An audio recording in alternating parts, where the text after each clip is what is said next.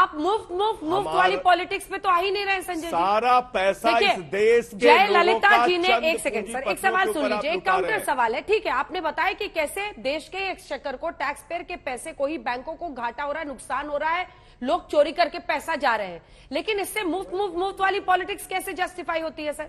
जय ललिता जी ने, अब नहीं रही इस दुनिया में, लेकिन उन्होंने एक वक्त पर मंगलसूत्र मुफ्त हम बांट देंगे महिलाओं को, वोट बैंक सुनिश्चित करने के लिए मंगलसूत्र बांट देंगे, 1 रुपए किलो में चावल दे देंगे। दक्षिण भारत में इसका खूब इस्तेमाल किया गया।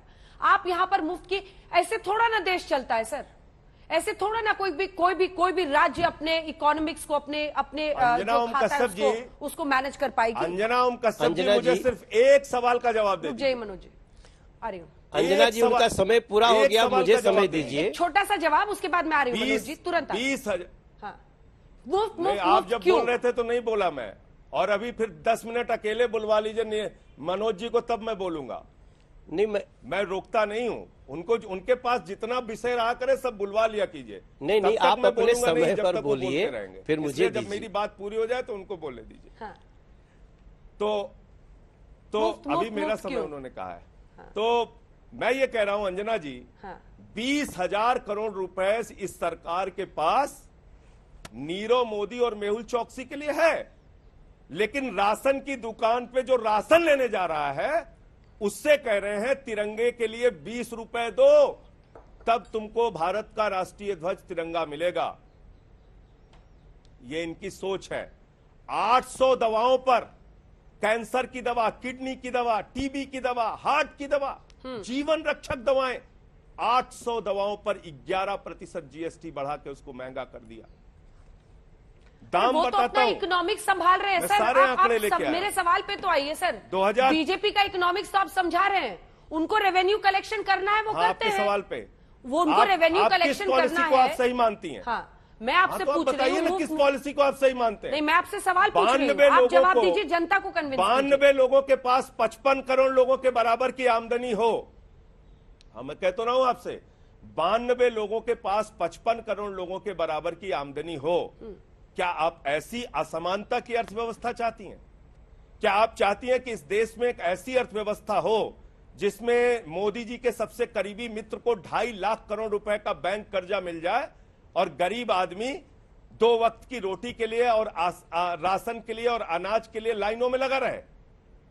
क्या यह अर्थव्यवस्था ठीक है? क्या इस देश के लोगों को 75 साल की आजादी के बाद शिक्षा, स्वास्थ्य, बिजली, पानी, तमाम मूलभूत सुविधाएं फ्री पाने का अधिकार नहीं है, जो केजरीवाल जी का मॉडल है? चलिए मनोज जी, जवाब कौन सा गुनाह कर रहे हैं? 11 लाख करोड़ जनता को फ्री बिजली दे रहे हैं, ठीक है। 11 लाख करोड़ माताओं बहनों को फ्री बस की यात्रा करा रहे हैं, ठीक है सर। जनता के पैसे से फ्री शिक्षा दे रहे हैं, फ्री स्वास्थ्य दे रहे हैं, इसमें आपको दर्द क्या हो रहा है? 11 लाख करोड़ वो कह रहे हैं कि दोस्तों का माफ हो गया है, बैंकों के घोटाले गिन रहे हैं।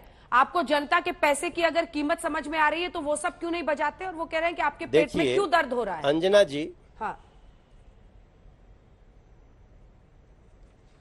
अंजना जी, मैंने शुरू का अपना रिमार्क्स सिर्फ 2.25 मिनट में दिया था और संजय जी ने अभी टोटल 9 मिनट लिए हैं पहली बार में, और इस 9 मिनट में भी मैं सोच रहा था कि ये रेवड़ी पे बात करेंगे, फ्री बीच पे बात करेंगे, लेकिन उस पे वो बात नहीं किया। आपने उनको टोका, फिर भी संजय भाई इस पे बात नहीं कर रहे हैं, वो बात कर रहे हैं दूसरी। तो भी मैं आपको बताता हूं कि मोदी सरकार ने इतने 7.5 वर्षों में 8.6 लाख करोड़ का डूबा हुआ ऋण वसूला है।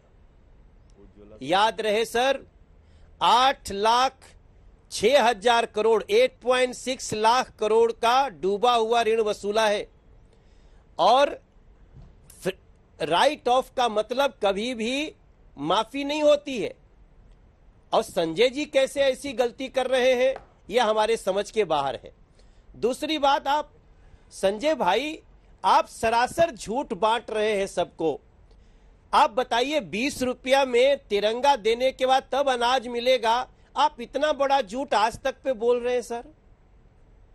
एकदम सरासर झूठ है, इसके फैक्ट चेक भी आ गए। और इस तरह की कोई बात आप फैला करके जनता में जो भ्रम फैलाने की कोशिश कर रहे हैं वो जनता नकार चुकी है। और आपको मैं बता रहा हूं कि आपने कहा आटा पे टैक्स लगा है, आपने कहा अनाज पे टैक्स लगा है। अरे भाई साहब, लोग, हमारे वित्त मंत्री जी ने अभी संसद में महंगाई के भाषण पे बोलते हुए बताया कि इस देश में आटा पे, अनाज पे, चावल पे, ये कोई जो किसान पैदा करता है या दूध हो, इस पे कोई टैक्स नहीं लगी है। अगर कोई व्यक्ति उनको अपनी पैकेजिंग करके बड़ी बड़ी ब्रांड के साथ देता है, उस पे 5% की जीएसटी लगी है। वरना इस देश का किसान अपने गांव से दूध दूह के, गाय का, भैंस का ले जाके बाजार में पहुंचाए, वो सुल्तानपुर बाजार में बेचे, वो मोहनिया बाजार में बेचे, उसको किसी तरह का कोई टैक्स नहीं है। इस तरह का भ्रम न फैलाया जाए।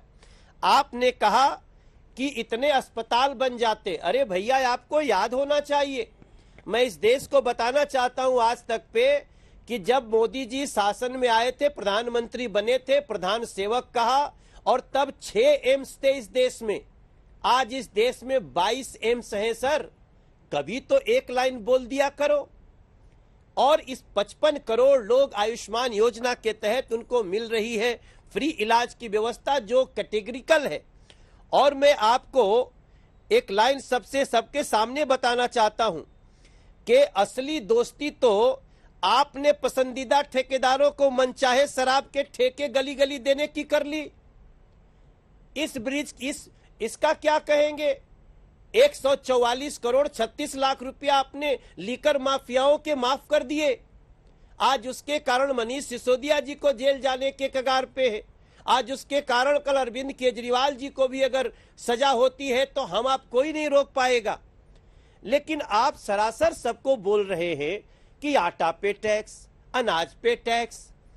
जिस प्रधानमंत्री ने इस देश के 80 करोड़ लोगों को इतने लंबे समय तक कैटेगरिकली, जिनको राशन कार्ड था, जो बिलो पॉवर्टी लाइन थे, भाई साहब, उन्हीं को हमने अनाज फ्री में दिया है।